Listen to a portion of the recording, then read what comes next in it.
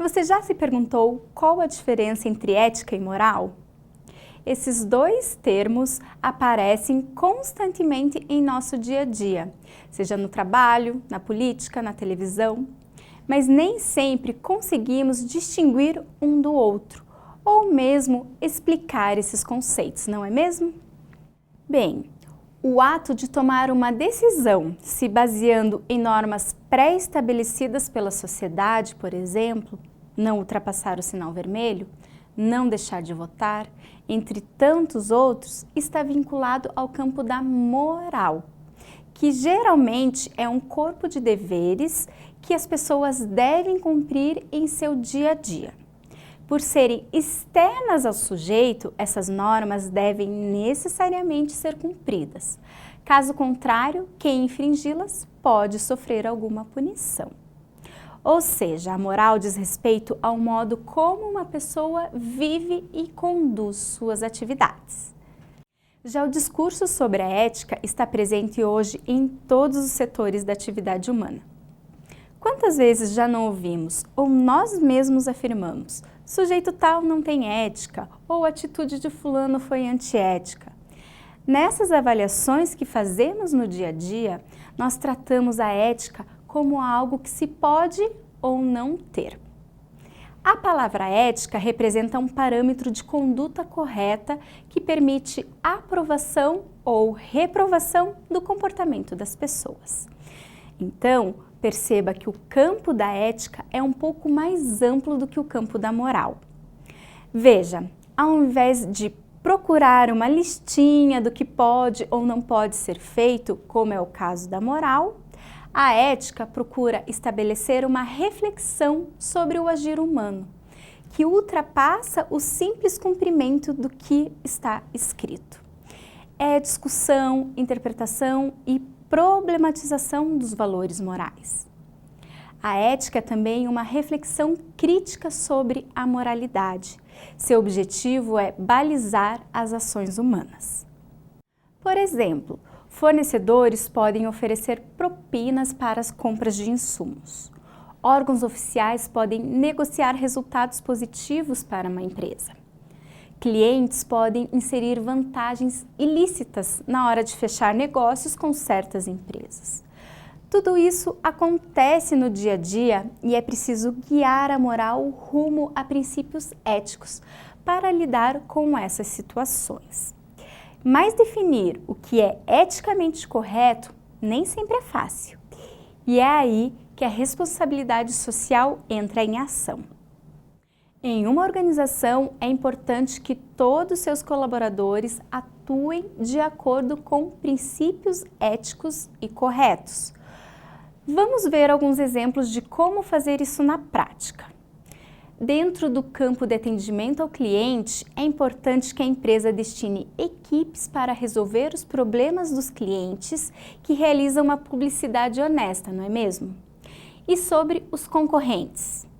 É preciso que a organização atue de maneira lícita e ética no mercado, que resolva conflitos sobre propriedade intelectual e autoral, por exemplo. Quanto aos fornecedores, é preciso fazer uma seleção justa deles, cumprir contratos e prazos.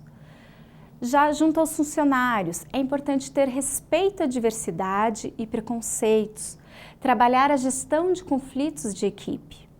Também é importante que a organização mantenha boas relações junto ao poder público, sempre pagando seus impostos. E junto à sociedade, é interessante a organização promover projetos sociais em benefícios da comunidade, como ações de filantropia e de responsabilidade social e cuidados para minimizar impactos ambientais nas suas atividades. Perceba que diariamente as decisões éticas estão imersas em nosso dia a dia profissional. Para uma organização, é interessante reunir todos os modelos de conduta e seu embasamento em um documento oficial. Esse documento recebe o nome de Código de Ética, que é definido pelo Instituto Ethos como um instrumento de realização da visão e missão da empresa, que orienta suas ações e explicita sua postura social a todos com quem ela mantém relações. Esse documento deve ser elaborado pela empresa, mas isso não é suficiente. Ele deve passar pelo ciclo PDCA, que significa planejar, decidir, corrigir e agir. Ou seja, é preciso realizar uma implantação efetiva.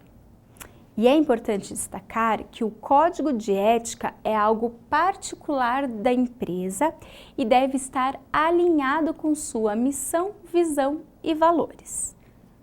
E para a unificação e prática de todas essas iniciativas que nós conversamos até agora, é indispensável o empenho da gestão principal da organização. O gestor exerce então uma espécie de mediação entre a organização e seus públicos externos e fornece para eles as informações necessárias para a construção de um modelo cognitivo pertinente. E o que se leva em consideração para a construção de um modelo cognitivo?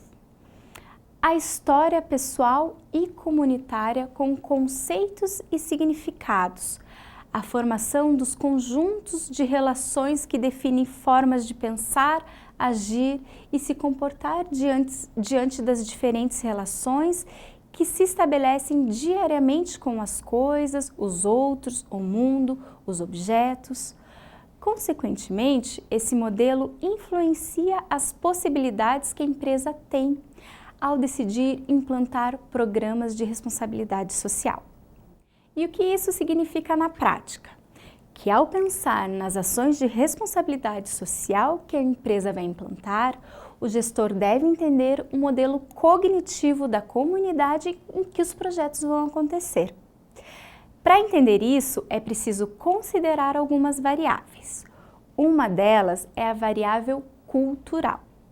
Veja que é importante perceber que a cultura nem sempre é levada em consideração, porque a legislação não privilegia projetos nessa área. Nós também temos as variáveis ambientais.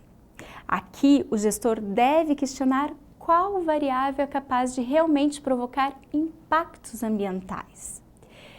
Dentro das variáveis sociais, a empresa deve buscar a integração dos seus espaços e colaboradores com a comunidade em que vai estar impactada com suas ações. Já nas variáveis políticas, é fundamental que a comunidade impactada saiba exatamente o projeto do qual ela vai participar. Levar essa informação é essencial para evitar reações negativas às iniciativas implantadas. Outras variáveis importantes são as econômicas, que englobam tudo o que faz referência ao sistema econômico e ao comportamento do mercado. Por exemplo, preços, quantidades transacionadas no mercado, riquezas produzidas, taxas de juros e câmbio, taxas de desemprego, entre outras. E por fim, temos as variáveis financeiras, que se relacionam aos valores e ao orçamento de capital, a avaliação do retorno e do risco financeiro, a análise da estrutura de capital, as possibilidades de financiamentos de longo ou curto prazo e a administração de caixa do empreendimento em desenvolvimento. Uma vez que esse cenário foi compreendido, o gestor é capaz de mediar a relação da empresa com a comunidade. A partir disso, ele consegue incorporar a estrutura cognitiva no projeto e assim pensar nas possibilidades de apropriação e reelaboração dessa estrutura. Levar em consideração as diferentes variáveis, além de colaborar para o sucesso da ação de responsabilidade social, também direciona a empresa para uma sustentabilidade organizacional.